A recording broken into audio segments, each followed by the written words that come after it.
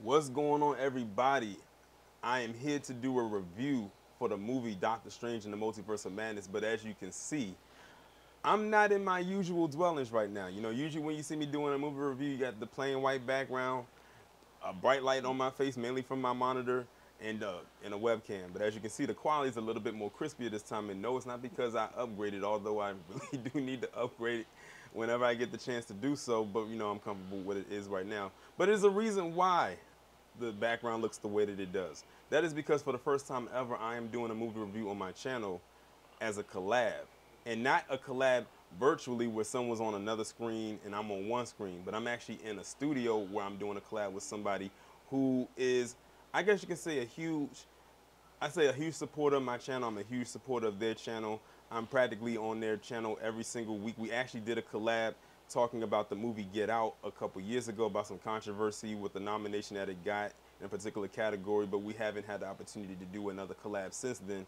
But since I am in LA this week for my birthday, and one of the other reasons why I came out here was to come see the Doctor Strange movie, I said this would be the perfect opportunity for us to do this collaboration on a review for the first time ever. So without further ado, I have Jody from Jody's Corner on my channel. Hey, yo, what's up? It's good to be here, man. I'm It's glad good to be here. Yeah, I'm so glad that you are here, you know, to do this collab with me for this movie. This is a movie that I've been anticipating. I remember me and you know, we were talking about what movies we were looking forward to in Phase 4 of the MCU, and you was kind of shocked that it wasn't me saying Black Panther 2. I was shocked, bro. I couldn't believe you didn't pick Black Panther, man, but here we are, Doctor Strange. You picked Doctor Strange. And I said the thing that attracted me was the title. I said Multiverse of Madness. I just said, that just sounds like some dark, you know, material right there that they can go with. And when, you know, you hear about the characters that are going to be in it and the direction that they're possibly going to go with, that this was going to be probably one of the best movies to come out of the MCU in a very long time. And what a way, you know, it almost feels like it almost kicks off, you know, the Phase 4, even though we know we had Black Widow kick it off. But I feel like this is the one right here. This is the one that I was really anticipating the most, and I feel like it met my expectations. Of course, you know, everybody's going to have issues with a movie. Right. There's no such thing as a perfect film. And, you know, but this one definitely, it didn't leave me disappointed. I would say that. Me neither. I gotta say, man, I was on the opposite side of the fence, man. Coming into this movie, I thought it was gonna be mediocre at best because it's Multiverse of Madness, Doctor Strange. You see him in No Way Home, bro. You know what I'm saying? He looked like he was getting cucked in No Way Home a little bit. He was, you know, disrespected in my opinion. I didn't like what they did with Doctor Strange, bro. And I thought that they were just gonna be more the same with this movie. Wanda wrecking him, usurping him, making him look small, him not having his own identity in the movie. But I was wrong. Yeah. I was absolutely wrong on that. I enjoyed this movie a lot, bro. I'm surprised. Yeah, I know. And the thing is, like, anybody who knows you knows that you are very critical about movies. Yeah, I'm critical, man. I got that hat. I'm the critic guy. You know? Like, you're probably one of the most critical people that I know when it comes to films, and people, you know, sometimes give the, I guess you can say, the politically correct response they want to give, maybe because it's clicks and views and everything like that, but you pretty much give a very raw, in-depth critique about anything, even if it's something that you do like. And that's the thing, some people can't separate, you know, what it is that they like and give a critique of it, but I can honestly say that you do. You're one of the few that actually does that, and, you know, you're fair. Thanks, man. You're not biased about something. If it's something that you said is wrong, then you're gonna call it out. You're kind of like how I am on my channel. Like, I call out pretty much any and everything. Gotta call it out, bro. Yeah, I'm not unbiased about a lot You're of right. things. That's what we have in common. Yeah, exactly. That's what gravitated us towards each other and why we have these ideals. Exactly. So we're not gonna pull any punches in this review, and neither am I, dog. So, and I'm not gonna hold nothing back. Yeah. And what's great is that this movie could handle that. This movie could take on the critique in me and still thrive and survive because, like you, bro, I love this movie. Yeah, I do. Yeah, we do. But you know, to give like a brief synopsis of the movie, basically, you know, this is Doctor Strange in the Multiverse of Madness. It is the first MCU movie that has come out this year, so it's really kind of kicking off the summer movie seasons, and what a way to really kick it off. It's the sequel to 2016's Doctor Strange, and they literally followed up in a huge and major way. I mean, they pulled out all the stops. First being getting Sam Raimi to direct this, who a lot of people are more familiar with him doing Spider-Man and movies like that. But a lot of people fail to remember is that this guy has a horror movie background. Like before Spider-Man was a thing, horror was his genre.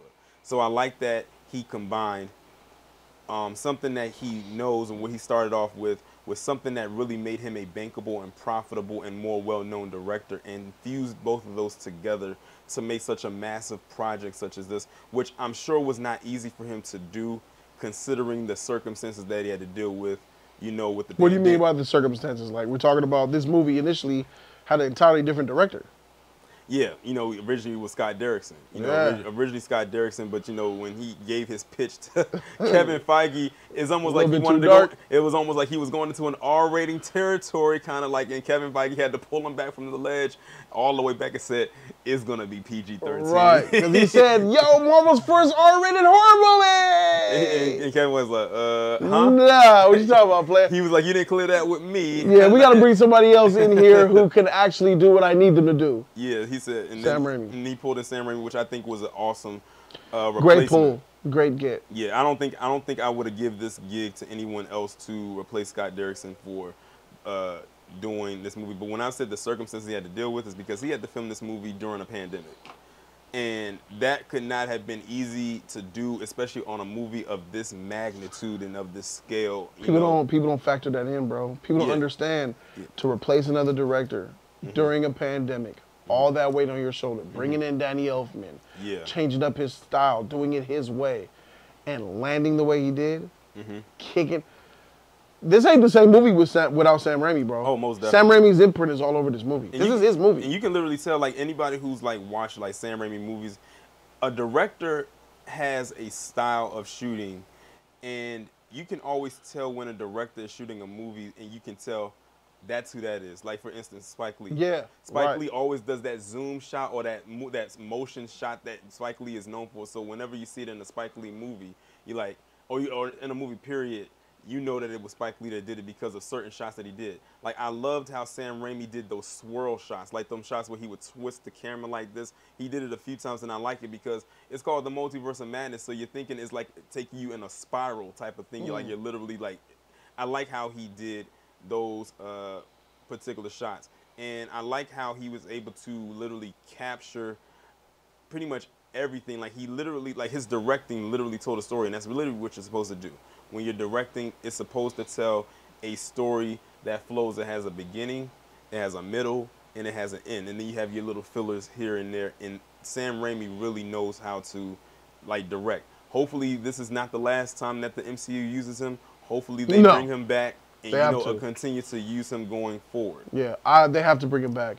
Based off what I've seen in this movie, without him, this movie is not what it is. When they talked about initial box office projections, and we were already talking about it, I said, "Yo, Taurean, how much you think this movie gonna make?" What did you say? 400 million on globally. Worldwide opening weekend. That's Thursday through Sunday. Thursday, Friday, Saturday, Sunday. Yeah. You said 400 million. 400 million. Box office is tracking, which I think was, before coming into this movie, they box office tracked it at about 300 million worldwide. I'm like, even that's high, bro. I don't see that happening. The Batman only made 750 million. That's the Batman. Yeah. After watching the movie, bro, yeah, dog, I'm thinking that 300 million sounds about right, bro. Which would actually be good, because I looked up their budget. Their budget was like 250. I think 250 Really? million. That's huge. Yeah, I think their budget was around that. That's one of the biggest budgets in the MCU then. Yeah. And I mean, when you look at the movie, you can clearly tell that you can see it. The quality's there, bro. Because a lot of the movie actually was shot overseas. Like, a lot of the movie wasn't even shot in the States. Really? So you got to think, when you're shooting overseas, that's more money. So you got to think shooting on location, maybe shooting on a soundstage, the visual effects, the CGI. Talk about those visual effects and CGI, dog. That shit was yes, beautiful, bro. I think it's I think it's top 3 MCU visually. Yes. I think it eclipsed the first Doctor Strange. Yeah. A lot of people got the first. I would agree. Right? A lot of people got the first Doctor Strange as like one of the best looking. This one beats it. Yeah. And the thing is, like, when it comes to a movie like this, when you're dealing with characters like Doctor Strange and Scarlet Witch and, you know, them dealing with magic, the visuals definitely is almost like its own separate character. Like, their power set is this own separate, like, supporting Especially the character. way they're unleashing it. Like, this movie doesn't spare the magic. It doesn't spare the action. It's everywhere, constantly, all day long, and it's like... Even the way the movie opened up, like I had told you when we was watching, huge. Like, they jumped right into it. Like, they didn't waste no time. And you caught it from the opening, right? You caught the opening with me. Yeah. Because a couple people didn't that we watched it with, but you were one of them. Yeah. The opening scene. Yeah, like fantastic. Yeah, like they jumped right into it. They didn't waste any time. Like, they went right into it. Yeah. And they kind of had to do it because of, you know, with the runtime is supposed to be like, what, 2 hours. So I said to myself, with a runtime like that, then they had to jump into it. And that was actually one of my worries was with it being 2 hours, like, hopefully they tell a story and they don't cram everything in there, or it doesn't feel rushed. Like, tell a story without it feeling like you're here, then you're here, then you're here, then you're here. I'm like, wait a minute, we just got here. Like, can we focus a little bit here without, like, jumping into here to make it make sense? Right. And I'm glad that they did not do that. Like, they found a way to squeeze it into 2 hours. It also makes you wonder, with them having a 2-hour runtime, what is on the ground floor? What didn't make it into the movie? I would like to see a director's cut. I would love to see an extended edition. Like, if there's a director's cut of this movie, I would love to see what did not make it into it. How is it that they made this movie? I still don't believe it's 2 hours. We still haven't even checked if it's a 2-hour runtime. Let's say it is a 2-hour runtime. Yeah.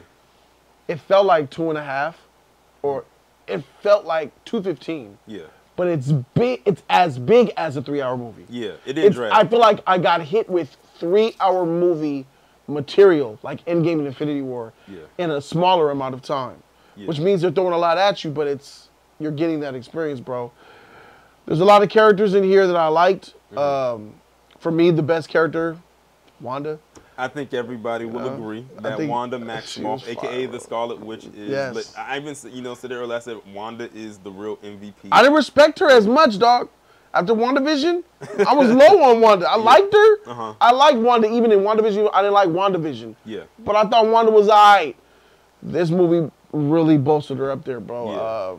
She's up there, and this movie really puts a lot of respect on her name. Yeah, like, she really, like, her power set is just like ridiculously OP.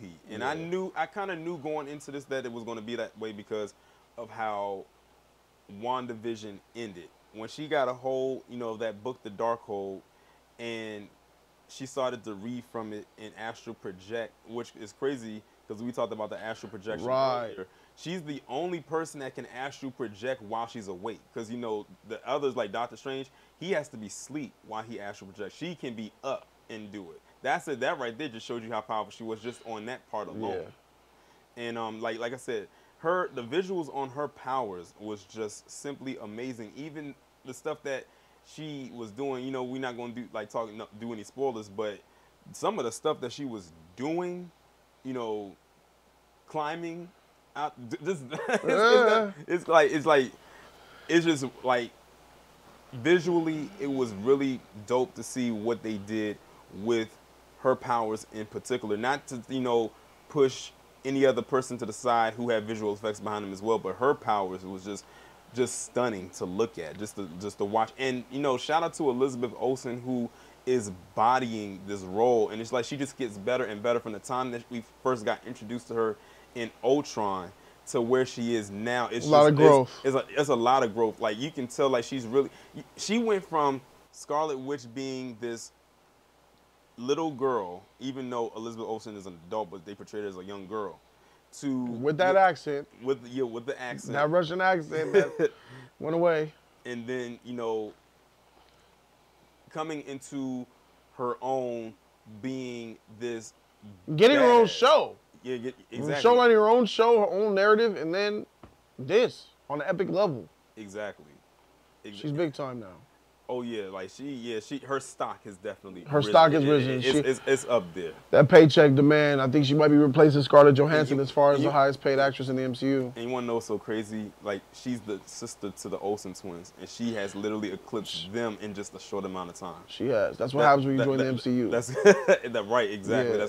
That's crazy. But I'm glad, she did a really awesome job. She's a really phenomenal actress. Like, she knows how to play all the different types of emotions. And I have to admit, she, in some aspects of this movie, even though it didn't show when I was watching it, was scary.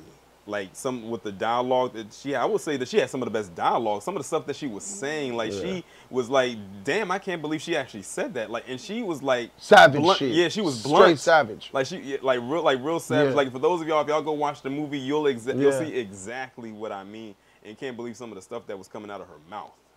I loved it. I loved every bit of it. But it was dark. There's some really dark themes here. I wouldn't say people taking your families, if people take kids in there, some kids are going to have issues with this. This is going to be too dark and too scary for them. Oh, yeah. This is an MCU movie, family-oriented stuff. I would say some of the stuff they showed in here was more for a mature audience. Sam Raimi was flirting with an R. I mean, the only thing stopping him from R was sex and language. Yeah. And everything else seemed to be there. Yeah, because they had some stuff in there that the MCU really rarely ever touches. Is this the darkest MCU movie? I would believe so. Because what did you have as the darkest MCU movie before this one? I had Endgame. That's actually a good one. Endgame, Black Panther, Winter Soldier, Civil War. Those are the more serious ones.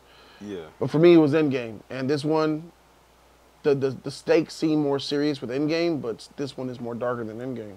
I think this is the darkest MCU movie. I would agree. I would definitely agree. And like I said, I couldn't believe it. I couldn't believe that they're doing it. Yeah, like I said, when I first heard the title of it called Multiverse of Madness, I said, with the title. I said I knew with the title. I said, listen, I stood firm on this. I said Multiverse of Madness. And then I said, yep, they going there. They're going there. I called it back then when they first announced the Phase 4 slate. And I said, wow, I'm just locked in just on the title alone. And I said, they could do so much with that. And do so much with that, they did. They did, and bro. they really went there. Like, you can tell that the MCU was like really trying to push that envelope. Like, they are really like gunning for that, that spot where they are trying to push through that glass ceiling so hard. They are right there, and I think they are literally right there with this one. I have so much trust in the MCU after this movie. Like, I'm gonna look back on the MCU and I'm gonna look at stuff like Eternal, Civil War, Winter Soldier, The First Avengers, at like tentpole type of movies for me. Black Panther. This movie is going to be the movie that I'm going to remember as convincing me that the future is safe. Yeah. The way they handled certain characters in this movie, the way that they introduced certain characters in this movie, the time and the effort that they kept to hide things from you. I wasn't spoiled on anything. Yeah. So I'm walking into this movie blind. And some of the stuff that I've seen in this movie blew me away. I felt like a kid again. Yeah. That type of stuff, bro, is rare. And this movie hit me with it. And it gave me the understanding, like, you guys just know what you're doing. I have 100% faith in the MCU. And if this, I don't know when this phase ends. Does it end? I know we're going to get Blade is in this phase. Fantastic Four is in this phase. I think that this phase, if they can keep the slate correct, it might be Fantastic Four. Because I know that, we got Thor and then, Black Panther, Wakanda Forever, and then you have Ant-Man and Guardians of the Galaxy. Say, oh, God, Ant-Man. Bro, so far, the last 2 years what they've been doing, nigga, this is the best phase of the MCU. So far. Yeah. They're hitting it. And I remember, like, it was a conversation we was having a while ago, and I think you was asking, what do you expect from this phase? And my words were, I have no clue. This is like the phase of the unknown. It's unknown phase. Because it's like with the first three phases, you had an idea of what they were doing because these were characters you were. Well, you knew the structure was Thanos. Yeah. We knew we were going to Thanos. Yeah, like that was literally the end game. We don't know what this is. Yeah, we don't know exactly. We don't know where they're going with this, but we know that Kevin Feige didn't know.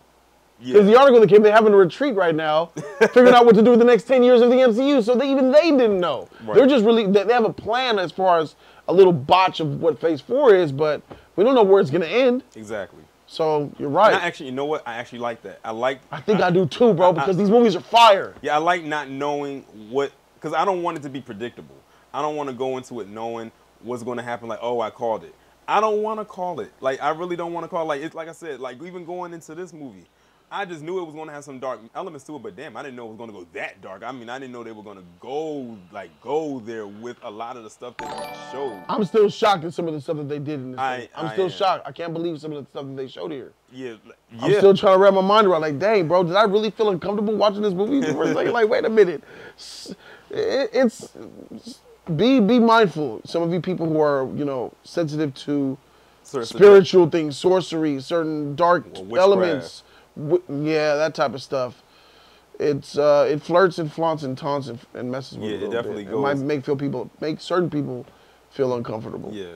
And even though with the Doctor Strange character, I really loved him more in this one than I did in his first movie. I think I liked him more in this movie than probably in any other thing that he's been in. Because Doctor Strange has been in multiple things outside of his own movie. His movie, then he was in Thor Ragnarok, he was in Infinity War, he was in Endgame, he was in No Way Home, and now he's here. He's literally hopped around and been in more movies than his own movies. Yeah. But I really enjoyed his character in this one. And shout out again to Benedict Cumberbatch, another phenomenal actor who I think has a theater background. And he comes in and he just is Doctor Strange. Like everything from the look to the charisma to everything that he does. And I saw something on I think it was I forgot what social media platform it was. And it was a clip from Doctor Strange. I think it was an Infinity War. And they said Doctor Strange is like the only person in the MCU throwing up gang signs every time he does like the things with his hands and stuff like that. And even that's a talent even in of itself, because they have to learn how to do hand choreography in order to make do the spells and everything like that. I'm impressed by him for some things that we won't spoil. Some action set pieces in this movie where it actually needs to show his physical acumen. Yes. He's not just the CG my hands, Scotty. Yeah. Make it look cool in the final effect. He actually shows up and lends his physical body to this role, which lets me know he's a professional. Yeah, and I actually like that he did that too, because a lot of times when you have characters who have abilities where they're able to use magic or witchcraft or everything like that, they just rely on that. So it shows you right here that some people can go on the offense and not just rely on the defense. So I definitely appreciate that as well. Also with this movie, we got introduced to a new character, and that character being America Chavez. And for those of y'all who are unfamiliar with America Chavez, she is basically a dimension hopper, and she can create star-shaped portals that can go from one dimension to the next. And with this being the multiverse of madness, she was needed so they can go from transport to different multiverses and all of that good nature. I'm not going to go into a complete backstory because then I go into spoiler territory with her character. She's a fairly new character as far as publication-wise, because I think they said, if my memory serves me correctly, I think her character got started like maybe in like 2013 or something like that. So she's a very new character. She's a very young character too. She's not an adult. She's a teenager. And what I did like about that is the actress that they cast to play her is actually the actual age of the character, because a lot of times they can grab an adult who looks young to play young, but I like that they picked an actress that is actually the same age as the character, as what she is portraying. And in case y'all did not know, she is, as I like to call, a part of the Academy. And one thing I'm glad that they did not do was lean heavy on her being a lesbian. Like, okay, we know that she is. We don't have to lean on it that, that she is. We know that she is. Because that probably would have took me out of it, because it's like, okay, there has to be more to her than just her being a lesbian. So I thought that was, pretty dope. And I'm very sure that you're going to see her character some more down the line, because this was just an introduction to her. As far as America goes, she's a MacGuffin for me. I don't dislike the character. I just feel like, based off what we saw in the movie, she's a plot device more than an actual, character that has meaning and depth. I wanted more from her, to be honest. I thought that she was going to be more than just something that is used as an object. And it's what I talked about in our spoiler review that we did, was you could replace America Chavez with an object. I could make America a phone, a technological device that has the ability to open up portals that, and I wish she was more than that. Growth will come. I'm sure they're going to introduce her some more, and I look forward to seeing that growth.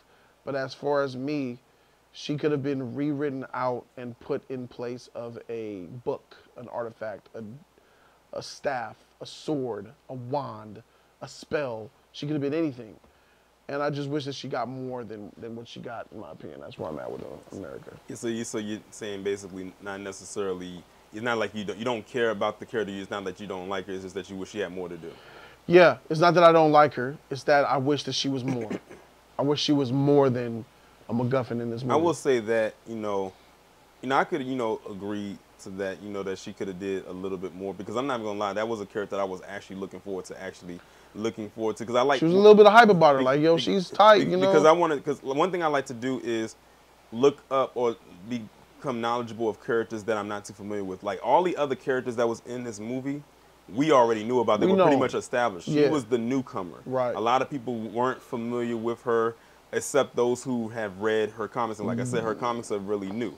So I know just as much about her going in as I do coming out. Like I said, mostly, you will probably find mostly a lot of Latinos or young girls will know who she is because she caters more to that crowd and those who live that lifestyle. I'm saying if you watch the movie, going into the movie, you're introduced to America, leaving the movie, I feel like you leave the movie with what you knew about her coming in. Like, they show you who she is.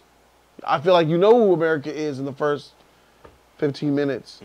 And then that's it. I feel like there's no more layers on top of that I wish were there. And some people will take that as a good thing because she's simple, easy introducing her. Like, yo, this is who she is. Yeah. This is still Doctor Strange movie. Yeah. It's Multiverse of Madness, not get it twisted. Got some Wanda in here, but here's a little bit of America. Maybe that was intentional. And that most likely was because then the thing is, if you start going and like trying to get too deep into her story, then it's like now you have Doctor Strange featuring Scarlet Witch and America Chavez. Yeah. And then it takes away from it being his movie. And one thing that was another Wanda did that. and that was another thing I was worried about. She did that. One thing I was like worried about is like, would he get sidelined in his own movie? Because you got to think, you're having Doctor Strange, who is a big character.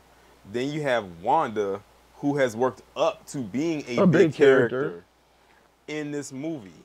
And like, who is making you wonder, who are you going to see this movie more so for? Are you going to see it for the title character?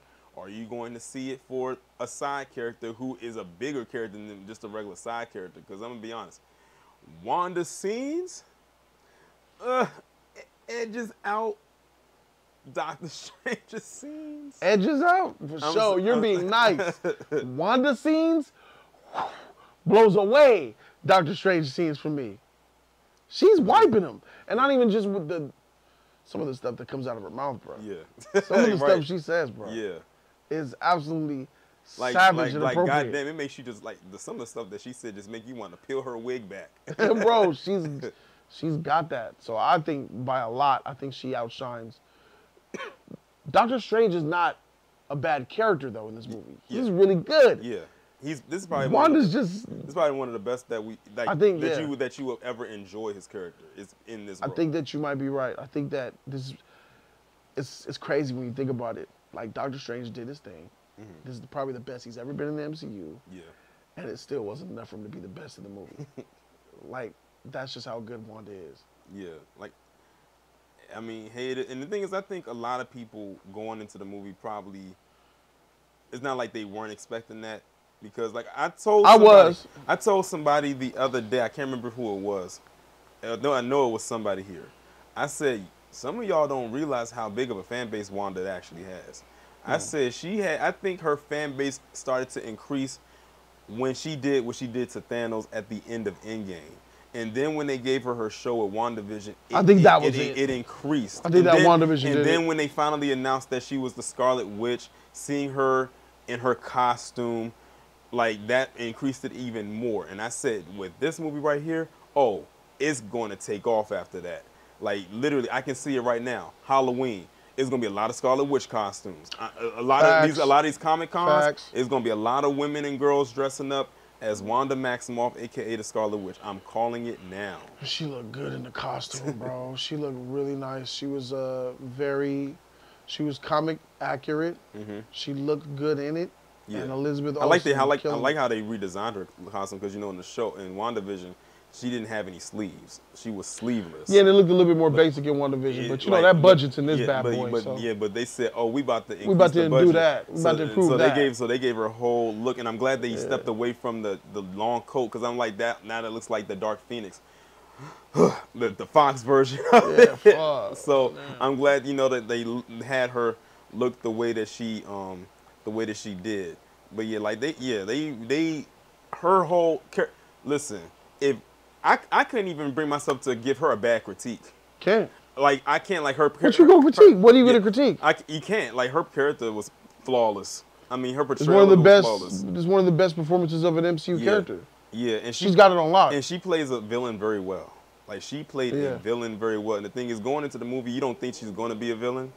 And with speculation, some people think there was, or maybe it wasn't. I said that's that trailer trickery right there. But if you look at her as a villain, you could the best villains are the ones that you can make excuses for. It's a matter of perspective. Is she a villain? Is Doctor Strange the villain? Yeah. Is this little girl going through, with this power that allows her to hop through universes? Is she the villain? It's really a matter of perspective because when I look at Wanda, she has really good. Some of the best villains are the ones that have great motivations for why they do what they do. Yeah. You're thinking about people like Killmonger and Black Panther, the character Magneto. You know what I'm saying? The way they showed her in this one, she's got some really good motivations for why she's doing what she does. And those of you who watch WandaVision, you know exactly. Bro, you gotta watch WandaVision. Yeah. They have to, guys. If you don't watch WandaVision, you're lost on her character. Her entire character, right? Yeah. You're lost. You're gonna be lost. You'll be looking at this like, who are they? Like, what is this all about? So yeah, if y'all have not watched WandaVision, I would highly suggest that you do watch it before watching this movie. Like WandaVision is a complete tie-in to this movie. Like for sure. It's a prerequisite for this. Like for sure. Like it really is. So yeah, like if you haven't watched it, just watch it and then go watch this movie. I think it's like 9 episodes. So you can knock that out in a day. 30-minute episodes, right? They're not even hour long. They're 30-minute episodes. Long. Like, knock it off in 4 hours. Like you can knock that out and then go watch the movie and be like, oh, okay, now I see it. Because if you go and watch this movie without watching WandaVision, you might as well go in there with like a blindfold on. Because like literally you're going to be so lost on her character and her motives and why she's doing what she's doing. If you guys haven't watched WandaVision, Taurean's right. You gotta see it. At least watch episode 1, then watch episode 1 and 2, then skip to 8 and 9. If you have to just only watch 4, if you only have an hour or 2, watch the first 2 and the last 2. They may want to watch the ones too with her kids as well. They're in the last 2. I was thinking about when they came. Are they not? When they came. No, they're there. Right. But I was thinking about when they get introduced, birth-wise, I should say. But I understand what you mean, though. If you need to, some people might actually like the show and they might want to watch the entire series. But but if they don't, some people are thinking, I gotta watch a whole season before I go watch this movie. Freak that! I don't have 4 hours. Yeah. And if you have to bring it down, just introduce yourself to the show, finish the show. Otherwise, obviously, watch the entire show. Yeah. To get the best Doctor Strange and the Multiverse of Madness experience. I feel sorry for people are gonna watch this movie without having watched WandaVision. You know that by a lot. And that's what you call your little casual fans or whatever. Jeez. But you definitely have to because, like I said, this movie is a direct tie-in to this movie. Just on her character alone. Yeah. Not so much on anybody else, but just her character. And like I said, she literally plays, like I said, a huge part in it. And if you do not watch WandaVision, especially the episodes that Jody is mentioned in particular, you will be lost on her whole arc, like on everything that she's doing. Because you can go into this like saying, why is she doing this? Why is she this way? Like, who were these kids? listen, just watch WandaVision. Even if you don't like it, just watch it for the sake of not being lost when you go and watch this movie. I think that you guys are going to have a great time watching this movie. I highly recommend this movie. And the more that I think about it, I'm really thinking about, in my mind, is this a top 5 MCU movie? And without critically thinking about it, just floating it around in my brain, I think that it might be. This is one of my favorite MCU movies. Yeah, I man. think so too. Like I said, I went into this. We haven't talked about it, Taurean. What's that? There's a lot of epic in this movie. Oh, yes. There's a lot of epic there. Trust and believe, if this was a spoiler review, we would be here for like a good hour. But yeah, it's a lot of epic moments. Yeah. Like way too many. Even some stuff that we like didn't see coming. Like we didn't even like predict or anything. And that was one of the things I was worried about because you know when they started releasing like different TV spots, some of the stuff that they would show, I was wondering if they were showing too much. And I'm like, wait a minute. I think they playing with us. I think it's going to be. I think they're going to show way more in the movie that we didn't see. And sure enough, I was right. Yeah. Like little moments here and there. Like I'll put it like this, without spoiling anything. Some of the stuff that they showed in this movie is literally going to set up the future for the future phases of what's to come in the MCU. And I'm going to just leave it at that. And I, too, will leave it at this. Go watch Doctor Strange in the Multiverse of Madness. It's a fantastic time. Yeah, well, I think that's pretty much it. I think we pretty much covered everything that we could cover in this. Because like spoiler free. Because it's spoiler free. Because like I said, if this was a spoiler, if this was a spoiler review, like we would have been here for the next hour. Yep. But yeah, I'm definitely glad that I was able to do this collab. Long time coming. On Jody's Corner, literally in the studio, as y'all saw right here in the background. If y'all haven't done so already, make sure y'all go ahead and subscribe to his channel. He talks about different pop culture topics on his channel. Some of you are already familiar with him because y'all probably heard me mention his name before because I have given him a couple shout outs and a couple of videos that I have done as it relates to certain topics that I do discuss. He talks about a different wide range of things, you know, from a black man's perspective. And, you know, when it comes to like pop culture in particular, Definitely. We don't got a lot of black voices. Not a lot of representation in the reviewing content, pop culture community. Yeah, especially when it comes from a black man at that. Because usually when it comes to pop culture, it's usually a lot of gossip. Let's just put it that way. Yes. But you don't do gossip. So this is not a gossip channel, that you will be going to. But I'm so glad that I was able to do this collab with him in person. I said this would be perfect. Same. I'm out here for the week. Yeah. You know, we about to go to the bar after this. I mean, what's up? Get some food. But yeah, I'm glad that y'all almost threw me off. But I'm glad, hopefully y'all go out and watch this movie. Like y'all let me know what y'all think down in the comment section below. Is this a review enough for you to go see it? Or better yet, were you already going to go see it before you saw this review? That's the better question. Like, what was your expectations for this movie going into it? Or did you already see it before this review even came up? I can't wait to see what the discussion is going to be like. I will be in the comment sections myself. And I will talk to you all in the next one. Joe, you have anything else you have to say? Thank you guys so very much for having me. Shout out to my man Taurean. This dude is dope. All right, and we out. Peace.